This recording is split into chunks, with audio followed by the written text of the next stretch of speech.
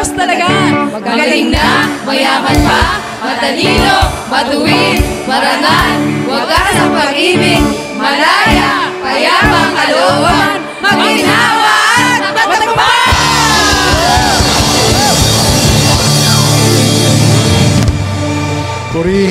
Purihin natin ang Panginoon. Narinig niyo ba yung kwento ni Brother Rene? Ang leksyon po doon, huwag kayo kakain ng steak. Okay, lagay po natin ang kanang kamay natin sa balikat ng katabi natin. In English, please put your right hand over the left shoulder of the one beside you. Ayan. Okay. Do you believe something good will happen to you today? Amen. First of all, I would like to thank our God, Yahweh El Shaddai, for bringing us here together again here in London. I know that all of you are here because of Him. Tama po ba? And we know by faith that He is also with us here today. Amen ba? Amen. Secondly, I would like to thank all of you again for inviting us here in London. Kami po ni Brother Rene, Sister May, my wife, for welcoming us here again and giving us the opportunity to share with you the good news of our Lord and to celebrate with you your 25th anniversary of faith, love, and unity. Amen? Okay, now let me ask you, do you want your prayers to be answered all the time? Kayo ba'y naniniwala tinutugon ng Diyos lahat ng pinapanalangin natin sa Kanya? Amen. Bow your heads and pray with me. Sabihin nyo, Panginoon, Ikaw ang may sabi, na saan man na may dalawa o tatlo, nagtitipon dahil sa inyong pangalan, naroroon ka kasama nila. At anuman ang kanilang hingin sa panalangin, tiyak yun inyong ibibigay. Ibibigay. Ngayon din, sa ngalan ni Jesus. Amen and amen. Okay, taas po ang inyong mga kamay. Do you believe the Word of God is powerful? Do you believe that by listening to the Word of God, you will be healed? Sabihin nyo nga, healed. Sinong gustong gumaling, taas ang kamay? Okay, hindi ko po kayo papahirapan. Upo muna po kayo lahat at makinig sa ating mabuting balita na handog sa ating Panginoon. Let me read again to you the good news of the Lord, Matthew 8:5-15.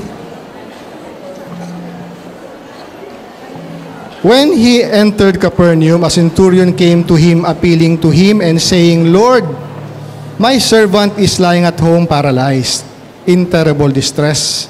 And he said to him, I will come and cure him. The centurion answered, Lord, I am not worthy to have you come under my roof, but only speak the word, and my servant will be healed. Amen. And the Lord said, Truly I tell you, no one in Israel have I found such faith. I tell you, many will come from east and west and will eat with Abraham and Isaac and Jacob in the kingdom of heaven, while the heirs of the kingdom will be thrown into the outer darkness, and where there will be weeping and gnashing of teeth. And to the centurion, Jesus said, Go, let it be done for you according to your faith, and your prayer request is answered. Amen. Alam niyo ba itong binabasa ko nung naninilay ako, ito pong gospel na ito, parang hindi po ba ito ang gawain natin, Panginoon? Kasi po, ito pong centurion, hindi po ito Israelita. Kaya nowhere in the Bible will you find that the Lord says, Truly I tell you, in no one in Israel have I found such faith. Ganun rin po ang gawain na to Di ba? Ang sabi niya dito, I tell you, many will come from the east and the west and will eat with Abraham and Isaac and Jacob in the kingdom of heaven. Ito pong gawain na to, nagsimula po sa Manila, ngayon po nasa lahat na ng parte ng mundo. Last year, we celebrated the 25th anniversary of Toronto. Yan po yung pangalawang anak ng gawain na to. Una po ang Hong Kong nag-celebrate. This year, we celebrated the 25th anniversary of Los Angeles, I think, and recently Singapore. And now we are celebrating your 25th anniversary here in London.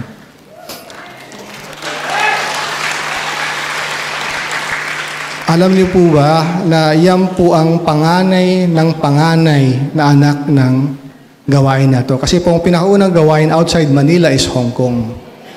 At mula po sa Hong Kong kumalat sa buong mundo. At kayo po ang isa sa mga panganay na anak from Hong Kong. Amen? So isipin nyo, 25 years, madami rin po siguro tayong pinagdaanan. Imagine, lumaki ng limaki ang gawain na ito. Ngayon, gaano kayo kadami? Dahil huli kong punta dito, hindi ganun kadami ang tao. Ngayon, punong-puno itong hall na to.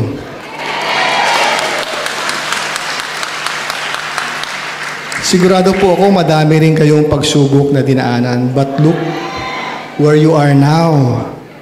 Truly, God has blessed this ministry. Amen? Alam niyo, brothers and sisters, madami nagtatanong, what is the secret of this ministry? Itinanong ko rin po yun sa aking ama, our servant leader. At ang sabi niya sa akin, anak, basahin mo ang Acts chapter 2, verses 42 to 47. Which says that the early church devoted themselves to the Word of God.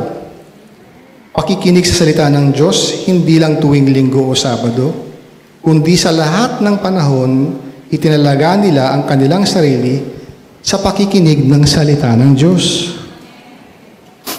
The early Christians devoted themselves to the teaching of the apostles.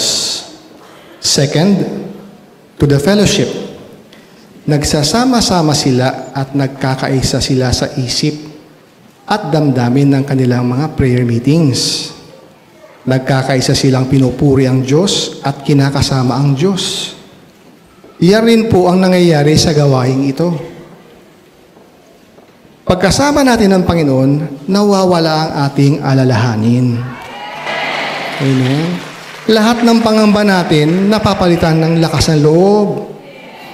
At kung may sakit, pinapagaling. They then devoted themselves to prayer. And when they prayed, miracles happened. If we come together in the name of the Lord Jesus Christ to listen, pray, and express our love for one another, you can be sure that Jesus is with us. At pag ang Diyos ay natuwa dahil nakita niya nga nagkakaisa ang lahat at nagpupuri sa Kanya, ibinubuhos niya ang pagpapala. Amen?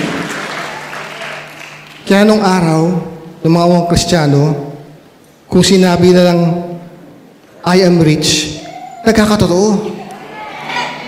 Kung sinabi lang, I am strong, nakakatumba ng kabayo. Amen ba?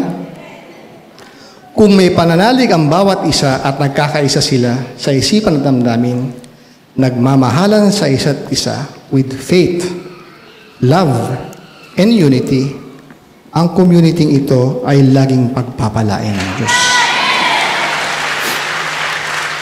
At dahil ngayon ang inyong 25th anniversary, lahat ng inyong prayer request ay ibibigay. Amen?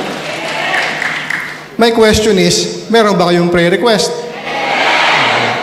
Okay, itaas yung lahat ang inyong mga prayer request. And let's give thanks with a grateful heart. We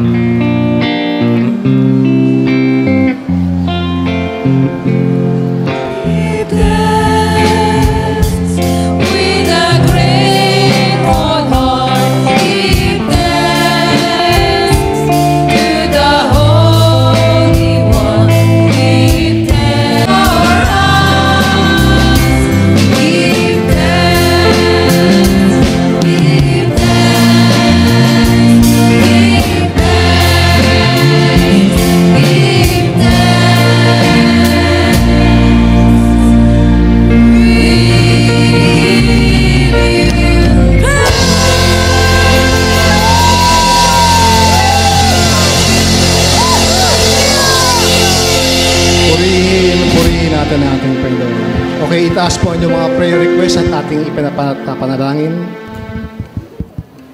Panginoon, salamat po sa araw na ito. Salamat po sa lahat ng tulong na bigay niyo po sa amin. Salamat sa inyong katugunan sa lahat ng aming pangangailangan. At panalangin po namin na inyong ibibigay ang lahat ng aming kahilingan na itinataas namin po sa inyo ngayon. Sa ngalan ni Jesus. Amen. Amen. Okay. Bago po umupo ang lahat, bibilang po ako ng 3. Okay. Tapos tatalon po kayo 3 beses. At bawat talon, isisigawan nyo, granted, granted, granted ang prayer request ko. Hindihan nyo? Okay. 1, 2, 3. Granted, granted, granted. Amen and amen. Okay, mag-isip na po ang lahat at mag-relax na kayo. Total granted na ang prayer request nyo. Totoo ba yun? Sabihin nyo, prayer. Okay. Now, all believers in God, whatever the religious affiliation, believe that whatever you ask for in prayer, it will be given to you. Amen ba? But the question is, why are there so many prayer requests that remain unanswered? Sino-sino sa inyong may prayer request na hindi pa dumarating? Lahat kayo granted na. So ang tanong ko, bakit hindi pa dumarating? Anong sagot natin doon? Darating. So what I will share with you today is what we must do as true believers in Christ to be able to receive His promise to us. Anong katangian ang kinakailangan natin para makamit natin ang pangako na pinagkaloob sa atin? So only true disciples of Christ will receive God's grace and divine favor. Amen? Ano po ba ang pangako sa atin ng Panginoon? Hindi ba tuwing umaga, yan po ang salmo natin? Because He loves me, says the Lord, I will rescue him. I will protect him. For he acknowledges my name. He will call on me and I will answer him. I will be with him in trouble. I will deliver him and honor him with long life. And I will satisfy and show him my salvation. Yan po ang pangako sa atin ng ating Panginoon. So what I will discuss with you today is ano po ba itong palagi nating sinasabi sa ating gawain. Ang gawain pong ito is gawain of faith, love, and unity. Ano po ba yung mga yan? Yan po ang taglay na kaugalian ng tunay na anak ni El Shaddai. Kaugalian po yan. Those are the three core values and behavior that we must learn to develop and continually practice. This is the core value that a ministry embodies. Isinabubuhay po yan. At yan po, pinapractice araw-araw. Hindi lang po salita yan. Ginagawa po yan. Until such time that it becomes second nature. So I ask you, what comes first? Faith or hope? Mali. What comes first is hope. Then faith and love springs from hope that the gospel brings us. Ang una po sa ating naririnig ay ang pag-asang binibigay sa atin ng Panginoon sa mabuting balita. At mula doon, nagbubunga ang pananampalataya at pagmamahal. At ang bunga po niyan, pananampalataya, pagmamahal, at pakikipag-isang isip sa Diyos at sa kapwa. Bago ko po masimulan yan, let me explain to you anong kaugalian. Nakwento ko na po ito sa LA, yung isang discipleship talk namin. Ano ba ang English ng kaugalian? Habit. Hindi po ba habit? Okay, alam niyo si Brother Mike, palagi yan, pag may lumalapit sa kanya at gusto pa tungkol sa negosyo, sa akin pinapakiusap yan. Doon sa aming opisina sa Amorsolo, andun po ako sa 6th floor, ang servant leader po natin na 2nd floor. So pag hindi niya gusto kausapin, sa akin pinapadala yun, doon niya pinapupunta sa 6th floor. So isang beses, may pumunta sa akin doon, taga-Amerika yata, na babae, nakapustura, businesswoman. At may pinopropose sa aming negosyo. In other words, paliwanag sa akin, dumugo na po ang ilong ko sa kaka-Ingles kasi galing Amerika, kapustura. So, paliwanag siya ng paliwanag, diretsong English, hanggang matapos ang usapan namin at sabi niya, okay, I will study your proposal and let's talk again later on. Pagkatapos doon, nilabas ko sa opisina ko, hinatid ko doon sa pintuan ng aming opisina, at awa ng Diyos, paglabas siya, natipalok. Tumama yung panya doon sa tapasigaw. Anong sinigaw? Ay, kabayo. Hindi po ba? Hindi nyo matatanggal ang kaugalian. Nasa loob nyo kung ano kayo, sino kayo, lalabas at lalabas yun. So that is what we have to do. We have to develop these habits, let me call it habits, as true Christians, to receive what God has promised us, so that all our prayer requests will be answered. Okay, so let us begin. Let us begin with faith. Sabihin nyo, faith. Okay. What is faith? Faith is trusting in what God says in His Word, even though you may not have evidence of it. Hebrews 11 verse 1. Faith is the assurance of things hoped for and the proof of things we do not see. Faith is what connects us to God. It is what puts us in good standing with God. Without faith, there is no connection to God. So let me ask you, ano ba sinasabi ng Biblia? How important is faith? The Bible says, Hebrews 11 verse 6 says, that without faith, we cannot please God. Romans 14:23 says that anything we do that is not done in faith is a sin. Romans chapter 1 verse 17 says, the righteousness is revealed in God's word, and the person put right with God through faith shall live. So true faith is never found alone. It is always accompanied by expectation. Narinig niyo yun? Expectation. Di ba kaya ang palagi natin panalangin, pag nananalangin tayo at may hiningi tayo sa Diyos, ano ang sinasabi nyo? Inaangkin nyo na bago pa nangyari. That is expectation. So faith is always accompanied with expectation. So the man who believes the promises of God expects to see them fulfilled. When there is no expectation, there is no faith. In other words, faith fills us with hopeful expectations. It makes the impossible possible. Amen. Yes, mapagpalang araw po. Ayan, kamusta po kayo mga brother and sister in Christ? Ayan, meron po tayo nakita ulit na playback. Ito po ay ang London 25th anniversary.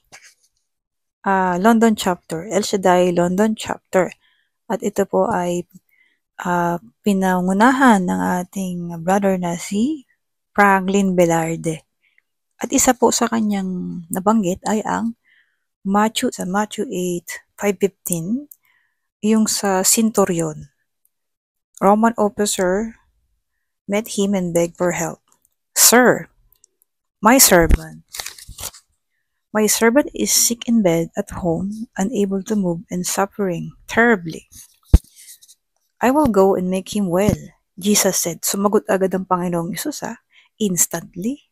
Walang ura-ura, wala nang ibang sinabi, kundi sabi niya, I will go and make him well. But the centurion answered, Oh no, sir. I do not deserve to have you come in my house. Just only say the word, and my servant shall be healed. So, na-amaze, no? Na-amaze sa kanya ang Panginoon. At ang sabi ng Panginoon sa kanya, Go home. Your wish is granted. Yan, di ba? Amen.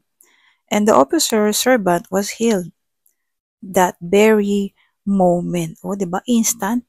So, ganun yung So, ma-share ko lang po mga ka-pray partners. Alam niyo ba yung centurion ay isa po siyang leader sa Roman army.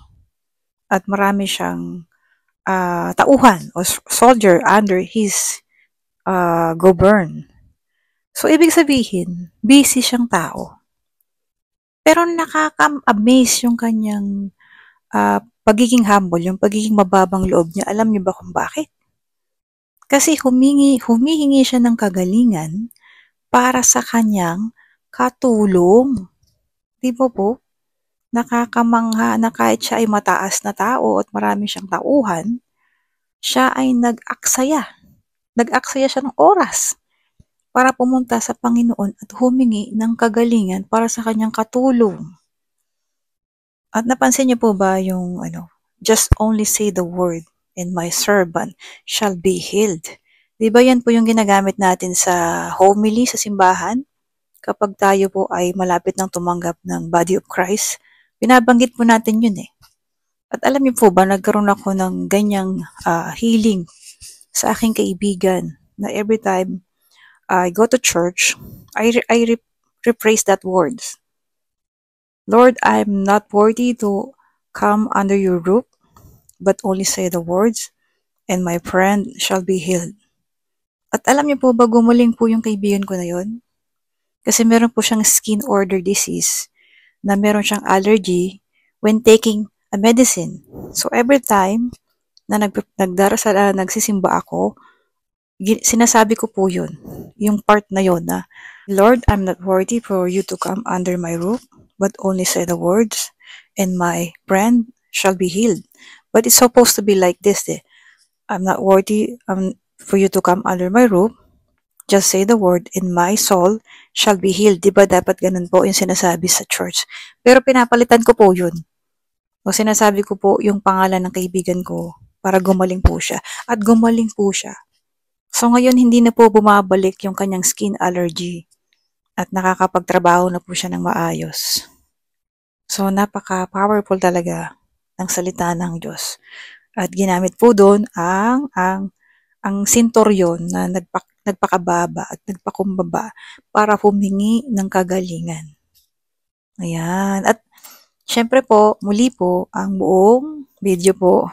At ito pong video na to ay kay Brother Larry Bartolome. Yan po ang kanyang YouTube channel. At ilalagay po natin ang link sa comment section. Ayan. Para po mapanood nyo ng kompleto at buo. Ayan. Grabe. Sarap talaga magnilay ng salita ng Diyos. At ayan muli po. Ako po si Sis Daisy. At muli po nag-aanyaya. Napatuloy po tayong dumalo. Ayan sa Ambel. Every Tuesday and Saturday. At meron din po tayo sa Amorsolo.